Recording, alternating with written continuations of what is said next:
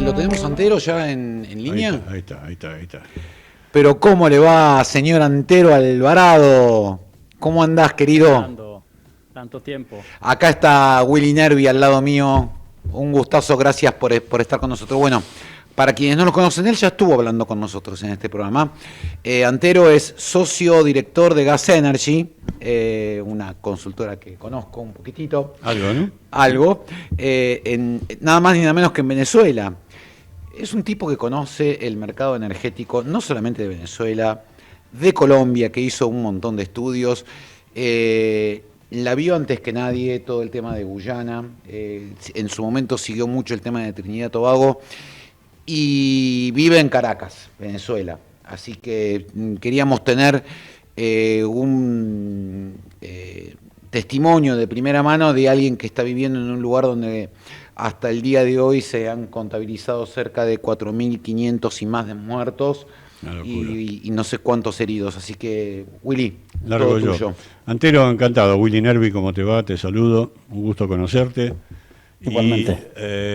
Yo de energía no sé nada. Yo mi expertise es salud, pero me anoté algunas preguntas como para hacerte. Una de ellas es, tengo entendido que Venezuela genera gran cantidad de gas. Sin embargo, tengo entendido también que la población, más del 80%, usa, a decir de ustedes, bombonas, como nosotros le decimos acá, LP. la garrafa, ¿no? Es correcto. ¿Cómo se soluciona eso en el corto plazo? Porque primero que las bombonas o las garrafas son peligrosas, son caras, hay que transportarlas, genera conflicto a la gente. ¿Cómo se soluciona en el corto plazo ese tema?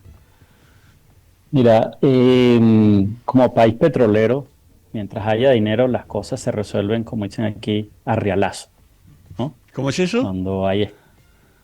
Cuando hay dinero, pues los problemas se resuelven con plata, ¿no? Ah, claro, Entonces, como en todos digamos, lados. hacer un gasoducto, pues puede a veces ser un poco más complejo. O sea, hay 5.000 kilómetros de gasoducto, pero ese gasoducto del Citygate al usuario final, al usuario residencial, eso es una tarea pendiente, ¿ok? Solamente 7% de la población tiene acceso a ese gas directo, ¿ok? El resto, como tú lo viste, lo dijiste, es cocina eléctrica y la bombona de gas, ¿no? Quizás para el gobierno, como produce el GLP, dice, bueno, esto es un byproduct del petróleo, bueno, lo subvencionamos y nos quitamos encima ese problema de regulatorio de dar una concesión, un privado operando un gasoducto residencial, capaz, digamos, hay una ciudad donde hay gasoductos residenciales, etcétera, pero digamos, eso nunca fue un negocio en Venezuela. La gente que venía a invertir aquí venía buscando petróleo, ir a la faja del Orinoco, etcétera. Pero esos negocios de downstream, midstream, digamos, nunca fueron atractivos y quedaron en manos del Estado. Entonces, eh, esa pregunta que me hacías tú al principio, es una cosa que toma décadas, ¿no? Masificar el uso del gas. Eh, y bueno, al final también el gobierno van cambiando, hay una necesidad de dinero, entonces, bueno, empiezan a cobrar cosas que antes eran gratis. Y digamos, eso es algo que va a ir ocurriendo, pero tiene que haber primero quizás un cambio regulatorio y que entienda el que esté de turno en el gobierno de que eso quizás es una actividad que puede ser llevada por privados y que pueden crecer orgánicamente de mano de los privados. Vos sabés, yo sigo hinchando con las bombonas, va a ver que todas mis preguntas están vinculadas con el Sí, gas sí. envasado.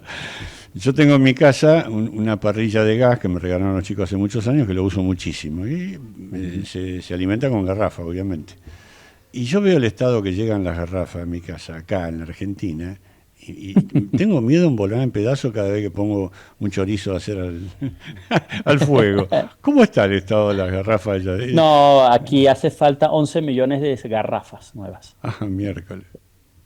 Y las tienen Hacen que falta importar. y las que están en estado pues muy deterioradas, sin pruebas de seguridad, en fin, aquí hay una tarea pendiente y te voy a explicar un poco por qué. Toda la zona capital de Caracas, por temas ideológicos, se decidió que la distribución de esas garrafas iban a estar en manos de lo que llaman como unos consejos comunales, que eso es lo más cercano a los soviets, conceptos Sí. soviéticos, Ujú. de comuna. Entonces, tú le entregas esa bombona al jefe de la comuna y él es el encargado, todos los vecinos, que esa se la llevan a un sitio, la llenan y te la entregan. O sea, no es como reponer, no sé, un botellón de agua o digamos que uno lleva el vacío y después lo cargan, ¿no? Eso es lo normal en otro sitio. Entonces, en toda la zona central y grandes ciudades del país, eso está controlado por consejos comunales. Entonces, al final, es como el beneficio más directo y además también caía el problema de que entonces tú te ponías a hablar mal del gobierno, entonces no te aceptaban la Ajá, bombona. qué bárbaro. Entonces, estaba, digamos, un tema de control Es una social historia también muy fuerte. conocida para nosotros. Sí, sí, bueno, Entonces, nosotros pero en no. las zonas, digamos, más alejadas en ciudades como a 400, 500 kilómetros de Caracas, uno puede conseguir empresas de distribución de gas que con un código QR, pues te llevan la garrafa a tu casa, o sea, como en un sitio normal, ¿no? Entonces, digamos, estas son cosas que van a ir cambiando poco a poco. Entonces, ese consejo comunal, por decirte un ejemplo, también te daba acceso a un bono, entonces los famosos bonos que te daba el gobierno, que te daba dinero directo, transferencias directas de dinero, te daba una bolsa de comida, por ejemplo, y estaba el gas. Después del 3 de enero, lo único que queda de beneficio para estos consejos comunales es la garrafa de gas. Con lo cual debe haber un mercado negro importante también, ¿no? Bueno, sí, sí, entonces por lo menos en las zonas más residenciales de mejor nivel social, entonces te llega el camión que te dice PDVSA, entonces llega un señor y te va vendiendo las bombonas, le entregas una, él te entrega otra, pero digamos, eso va para el que maneja el camión, ¿me entiendes? Qué No hay bárbaro, oficialmente un precio de la molécula del propano. qué ¿Ok? bárbaro. Entonces, mucha gente lo que se transporta es flete, transporte. Entonces, digamos, aquí hay una tarea pendiente. No van a venir inversionistas a entrarla por ahora, mientras el gobierno, o sea, no haya una señal de precio, de propiedad, y haya más claridad con lo que se quiere hacer con el mercado. Porque al final es como el manual de liberalización de precios de energía y de productos energéticos, digamos, el manual dice que el último producto que se le levantan los subsidios es la garrafa. Ah, Qué bárbaro.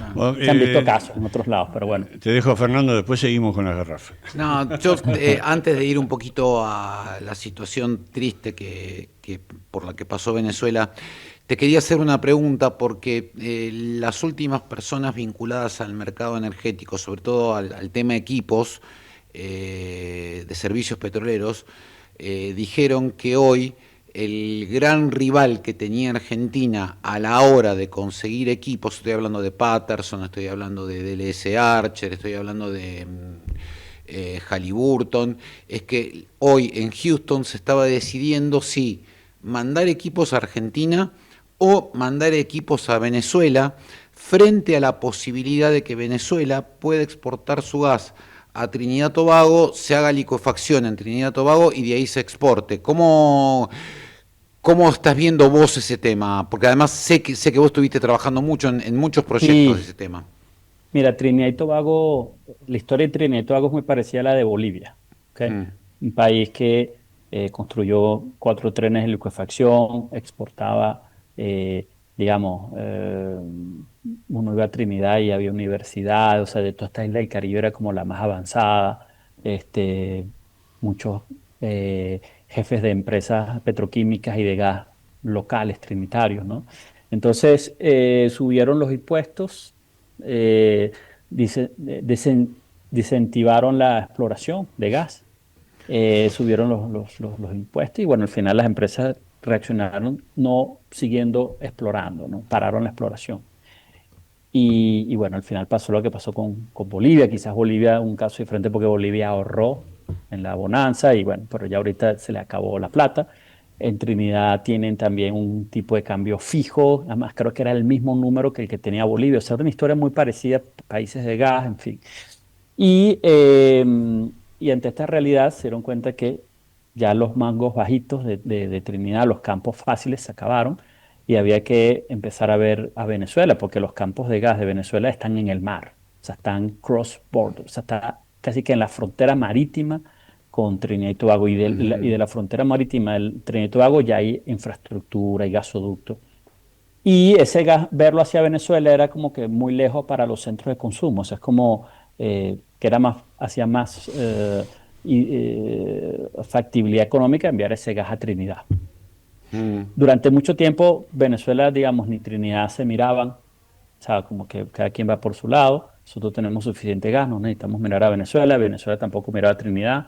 Hasta que empezaron a ocurrir cosas como que ya el mercado de gas venezolano era atractivo para enviar gas que se produjera y Trinidad empezó a declinar con gas, ¿no? Entonces después empezaron a aparecer empresas como Shell que están de los dos lados y dijeron, bueno, yo voy a entrar en Venezuela, pero voy a buscar el campo que está pegado a la frontera y lo conecto con un gasoducto 17 kilómetros, por ejemplo, submarino, y ya conecto con el sistema de Trinidad. Entonces todo ese gas se puede monetizar en petroquímica, en el LNG. Entonces de eso sí se ha avanzado mucho. Es más, proyectos que tenían muchos años, que uno los veía y decía, no sé, 2012. Tú dices, bueno, lo lógico aquí es que esto vaya a Trinidad y Tobago. Bueno, pero no se dieron los tiempos. Y durante mucho tiempo eso estuvo así, nadie abogó por ellos, campos que tenían empresas que nunca iban a poder producir ese gas porque no tenían el interés. Chevron era una de ellas, tenía un campo de gas grandísimo. Ocurre el 3 de enero y todo eso cambia y todo se reorganiza en cuestión de meses. Entonces esa empresa devolvió el campo al ministerio, el ministerio se lo dio a Shell, que sí tiene interés. Entonces, digamos, todas esas cosas se resolvieron rapidísimo, ¿no? Entonces, Venezuela sí va a exportar gas a Trinidad y de gas, hay unos campos que ya están unificados. Entonces, digamos, eso es muy sencillo. ¿Cómo se conectan esos Después, campos? ¿Por un gasoducto marino? hay un caso donde hay dos campos, ¿ok? Que son separados, que tienen nombre distinto. Por lo menos Dragón se Mm. conecta a 17 kilómetros, entonces es un gasoducto binacional submarino, ¿ok? Y eso 17 lo van a kilómetros construir nada más. 17 kilómetros y se conecta a un gasoducto grandísimo que ya está conectado a Atlantic LNG, o sea que eso de 400 kilómetros, o sea que no hay que inventar la rueda. Y en otros casos hay campos que son cross-border, 70% del campo está al lado venezolano, 30% está al lado trinitario, y lo único que hay que hacer es volver a unificar, porque durante las sanciones, esos campos, digamos, es como si se hubiesen divorciado. Jurídicamente les desunificaron. Pero bueno, ahorita están en un proceso de que, digamos, los van a volver a unir para que se produzca todo ese campo, inclusive solo desde el lado trinitario se puede producir ese gas. Entonces, digamos, es como si tú estuvieras produciendo en Trinidad, pero estás evacuando la parte venezolana. Entonces, digamos, ahí así hay muchos campos que Trinidad y Tobago realmente va a tener quizás como un renaissance, porque ha venido pues con problemas de gas muchísimo. De hecho, hay unos trenes de licuefacción de Trinidad y Tobago que ya, digamos, no creo que los vuelvan eh, o sea, que ya es una tecnología de hace 20 años y muchos ya han sido ya desmantelados porque, bueno, nunca iba a llegar ese gas, ¿no? Entonces, hay que ver un poquito esos trenes que quedan. Y digamos, aquí todavía nadie está hablando de colocar nueva infraestructura, de nuevos trenes.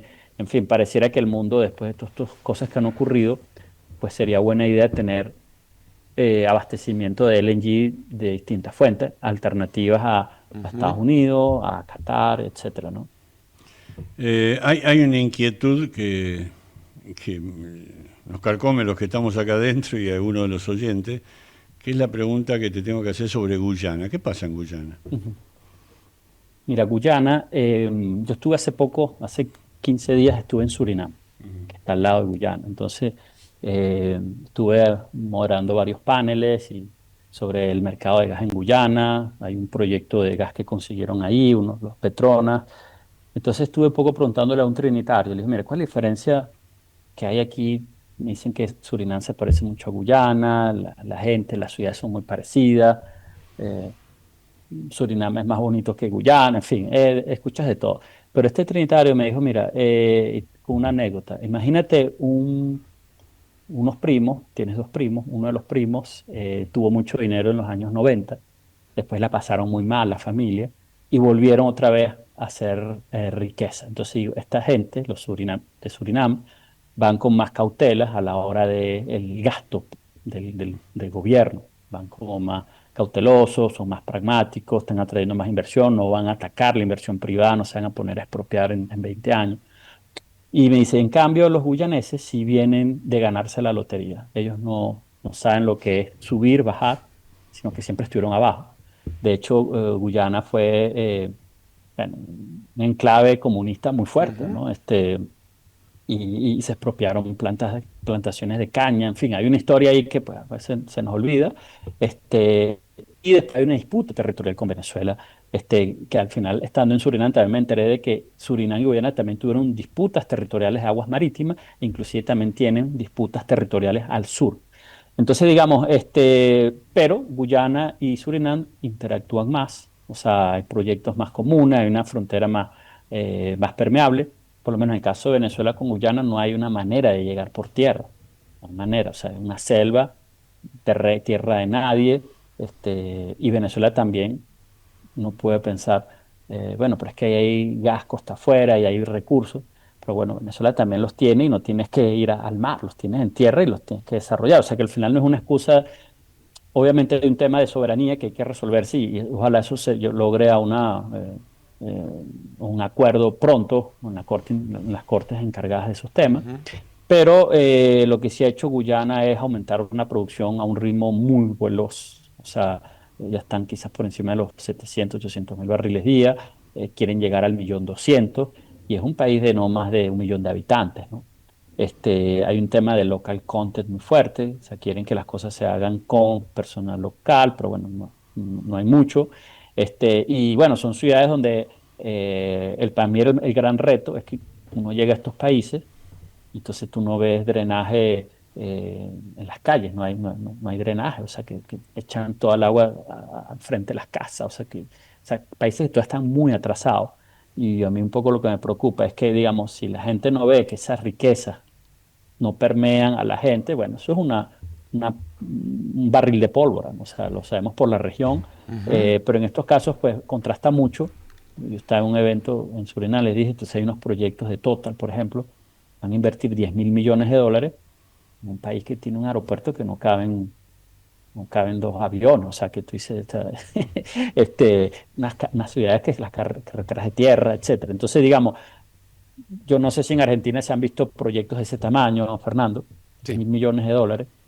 sí, Por lo sí. menos en Venezuela no los vemos desde hace más de 30 años. Entonces, claro, cuando uno compara Venezuela-Guyana, estamos hablando de unos países donde están recibiendo una gran inversión y unos costos de producción muchísimo más altos, mientras que en Venezuela, digamos, para producir eso mismo, capaz no te tienes que gastar 10.000 millones, te gastas 500 millones de dólares, no sé. Entonces, digamos, esa es un poco la diferencia y sin duda las empresas no están buscando, no buscan estos países donde hayan grandes poetas, grandes parques de estilo francés, literatura, que hagan cine, culto, sino que tengan recursos y respeten las reglas. Esa fue como mi conclusión. O sea, Recordame un poco de geografía. Surinam es la Guayana holandesa, ex Guayana holandesa, holandesa. correcto. La Guyana es la francesa. No, la Guyana francesa se mantiene francesa, es territorio de Ah, ultramar y Guyana es la y independiente, Guyana era la británica. era Entonces, la digamos, británica, esa me, me son está- países que están en Sudamérica, pero ellos en su mindset, sí. ellos son caribeños. Ellos son Bueno, del como es Caribe. Aruba O sigue sea, siendo holandesa, por más que esté ellos independizada. juegan al cricket, ellos, digamos, por ahí que juega Argentina, saben de Messi, pero no, digamos, ellos se conectan vuelo directo a Ámsterdam, creo que no sé si tienen vuelos a Miami, o sea, ellos se están conectados con otra realidad, pues. Entonces tienes una población de gente que viene de Java, Sumatra, de Indonesia, entonces también gente de la India, entonces tienes mezquitas, tienes templos budistas, tienes sinagogas, o sea, es un mix que no, eso no es América Latina, no es la América española que conocemos, pues. Un crisol, gracias. Eh, Tengo que hacerte esta pregunta, Antero. 5 minutos. El día del terremoto, ¿dónde estabas? En Surinam. En Surinam. ¿Cómo están las cosas ahora Mira, en Venezuela? creo que nadie vio venir este terremoto. No. Venezuela hubo un terremoto en el 67, siempre decían que cada 50 años había un terremoto así, pero nadie pensó que eso iba a ser de esa manera, ni la vulnerable que estábamos nosotros a nivel de equipo, de rescate, todas estas cosas. Ujú. Eh, Aquí los primeros que llegaron. digamos, fueron los salvadoreños. Nosotros jamás pensamos que iban a ser el primer grupo que llegó y uno escuchaba en los mensajes de los grupos de los colegios. De hecho, hubo un niño argentino venezolano, se llamaba Lucas Gámez, bueno, todo el mundo estuvo pendiente de él y bueno, encontraron su cuerpo hace como después de 10 días del terremoto, pero bueno, la mamá los primeros mensajes que mandaba a los grupos era como que ya llegaron los salvadoreños. Yo sé como que llegaron los salvadoreños, tal. Bueno, salvadoreños tiene un grupo de rescate y mandaron 7 aviones, entonces cosas que uno quizás nunca había estado, yo jamás pensaba que eso iba a llegar, o sea, Bukele, el antagonismo a Delcy Rodríguez, ¿no? Pero bueno, llegó, yo no sé si pidió permiso para venir, pero llegó, digamos, toda la zona cerca porque al final la zona que más se impactó fue la zona cercana al aeropuerto, que es la zona costera. Eso está a 50 kilómetros de Caracas y Caracas, por si los que ustedes no han venido, Caracas está en un altiplano como de 1000 metros, y está una montaña gigantesca que se llama el Ávila, y detrás del Ávila está el mar y el pueblo costero de La Guaira, que fue el que más se impactó. Entonces Caracas como tal, de los 8000 edificios habrán caído como 8, pero en La Guaira, en una zona cercana al aeropuerto, ahí sí fue el impacto muy, muy fuerte. O sea, ahí, digamos, yo estuve, antes de irme a Surinam, yo estuve ahí un fin de semana en La Guaira y 24 horas antes estuve en un edificio con la familia, etcétera, un Airbnb, y 24 horas después se desplomó el edificio, 3 sobrevivientes nada más, pero que se cayó completo. Entonces, ¿pero qué pasó aquí? ¿No? ¿No? Entonces, bueno, al final fue un doblete sísmico, 2 terremotos en uno, en fin, fue muy fuerte. Y bueno, al final eso ahorita, y esta zona ya se había afectado en el año 99 con un deslave, lluvias intensas que, bueno, ríos se desbordaron. Entonces, esta es una zona que siempre ha sido muy golpeada. Eh, en esa época, en el 99, Hugo Chávez no dejó entrar ayuda humanitaria, o sea, no, ni estadounidense, ni Cruz Roja. Hoy en día creo que las cosas han cambiado. Y bueno, al final lo que uno ve es que son los helicópteros del ejército estando ya, digamos, tomaron el aeropuerto, el puerto, en fin. Esperemos que esto, digamos, sea una recuperación más rápida, pero también no sale el asombro que esos mismos aviones que bombardearon la ciudad el 3 de enero, pues estaban ahorita haciendo ayuda humanitaria y eso es como que, ya va, ¿qué ha pasado en el año 2026? Demasiadas cosas para procesar. Muchas cosas, muchas Sí. cosas. Última pregunta. No, yo, Antero, sé que estás con poquito tiempo. La verdad que No, no, por favor. no, lo último. ¿Se está calculando más o menos cuánto dinero va a ser necesario como para poder recuperar como estaba por lo menos el país antes de esta desgracia para todos, como fue el terremoto? ¿Está calculado en Sí, plata? mira, al final el problema es más complejo porque durante mucho tiempo se pensaba que el país tenía deudas, a creencias, alrededor de los 160.000 millones de dólares, en default, bonos en default, muchas cosas en default. Ustedes saben más que yo cómo se manejan esas cosas. Habían sanciones que impedían ejecución de esas creencias que, digamos, de cierta manera protegían el país. Después el gobierno dijo, no, no son 160, eso es más. Empezó a reconocer cosas. Wow. Y después viene esto, o sea, por lo menos los fondos, los derechos especiales giros del Fondo Monetario Internacional del COVID. Creo que a cada país le dieron como 5.000 millones de dólares. Bueno, eso todavía nunca se pudo recibir porque no había un gobierno que reconociera. 2.000 millones de dólares están en oro en Inglaterra. O sea, nunca se pudo acceder a todo ese dinero. Después del 3 de enero, toda la factura petrolera, todo eso se llegaba a una cuenta en el Departamento del Tesoro. No es porque ellos se querían quedar con eso, sino porque dijeron, mire, es que si ustedes agarran esto en una cuenta en cualquier banco del mundo, que se los van a quitar, pues, Claro. porque deben todo, ¿no? O sea, no es un tema de soberanía, es un Está todo tema de que estoy embargado, ayudando a está todo embargado. entonces, claro, llega esto y tú dices, bueno, aquí hay que repensar el país completamente, Fernando, o sea, todo completamente, o sea, olvidarnos de todo lo que teníamos, de lo que éramos, a nivel de cómo funcionaba el Estado, pues, o sea, eh, claro, tienes también el tema político, que eso todavía no hay una claridad, tiene un tutelaje muy fuerte. Aquí, digamos, todas las decisiones pasan por Washington. Ujú. Entonces, digamos, volviendo a la pregunta, ¿cuánto se va a necesitar? Bueno, primero hay que empezar a ver un poco cómo pagamos la deuda, ¿no? Pero bueno, se van a requerir muchísima inversión, y yo creo que todo esto va a venir un poco como lo que decía el Evangelio, o sea, vino nuevo, odres nuevos. O sea, yo creo que aquí el país requiere pensar ideas nuevas, despojarnos de muchos prejuicios estatales que teníamos, etcétera, porque digamos, ya nos dimos cuenta de que hay que repensar todo de cero. Pero bueno, al final, más adelante entenderemos todas estas cosas que están pasando.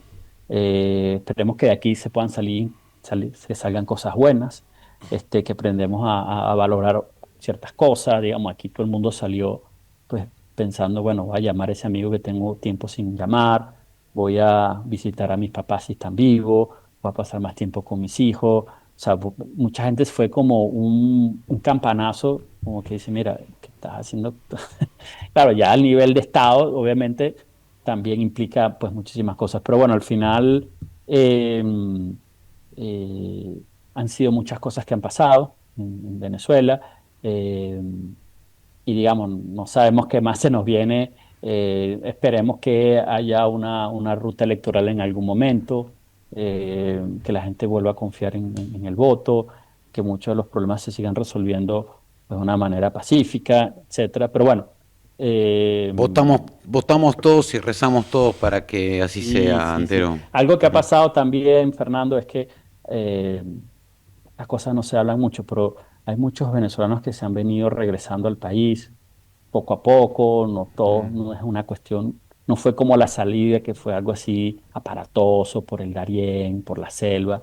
Entonces de repente uno ve gente que, no, yo trabajé de taxi en México, o yo viví un tiempo en Perú, En aprendí Colombia. tal cosa, Ujú. en Argentina. Digamos, el venezolano hoy en día es un mix, o sea, una persona que le tocó vivir fuera, valora cosas. Entonces, bueno, esperemos que todas estas lecciones pues las sepamos aprovechar, pues.